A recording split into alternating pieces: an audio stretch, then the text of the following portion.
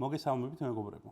მე ვარ დავით რობაქიძე და ამ ვიდეოში მოგიყვებით რა განსხვავება არის HDMI და SDI კაბელებს შორის და რა დროს რომელი უნდა გამოიყენო.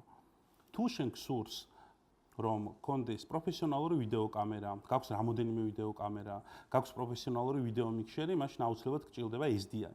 SDI იშიფრება როგორც Serial Digital Interface, ხოლო HDMI როგორც High Definition Multimedia Interface. SDI შეგიძლია გამოიყენო გრძელ მანძილზე, მას ეცვლება კონექტორი და აქვს სხვადასხვა სტანდარტები. აუცილებელია გესმოდეს რა სიგნალის გატარება გინდა. თუ გინდა 4K ვიდეო სიგნალი გაატარო, აუცილებლად უნდა იყიდო SDI 12G, რომელიც საშუალებას მოგცემს პროგრესივზე გაატარო P50, ან თუ ამერიკაში ცხოვრობ P60 ვიდეო სიგნალი.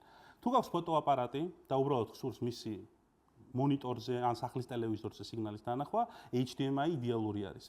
მას შეუძლია გაატაროს 4K ვიდეო სიგნალი საკმაოდ მაღალი refresh rate-ით, თუმცა ვიდეო გადაღების შემთხვევაში ალბათ მაინც P50 ან P25-ით გადაიღებთ. თუ იღებთ 4K-ს, გჭირდებათ HDMI 2.0 ან 2.1 სტანდარტის, ხოლო HDMI 1.4-ს P50-ის გატარება გაუჭირდება. მანძილზეც ხართ საკმაოდ შეზღუდულები. HDMI შემთხვევაში მანძილი არის დაახლოებით 10-20 მეტრი.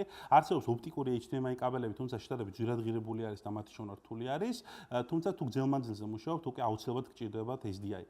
ხშირად თუ როდესაც გრძელ მანძილზე მუშაობთ, მაგრამ თქვენ ფოტოაპარატს ან ტელევიზორს არ აქვს SDI-ის შემავალი, შეგიძლიათ გამოიყენოთ კონვერტერები, რომლითაც კონვერტერს შეერთებთ დენში და გარდაქმნით SDI-ის HDMI სიგნალად და HDMI-ის SDI-ის სიგნალად.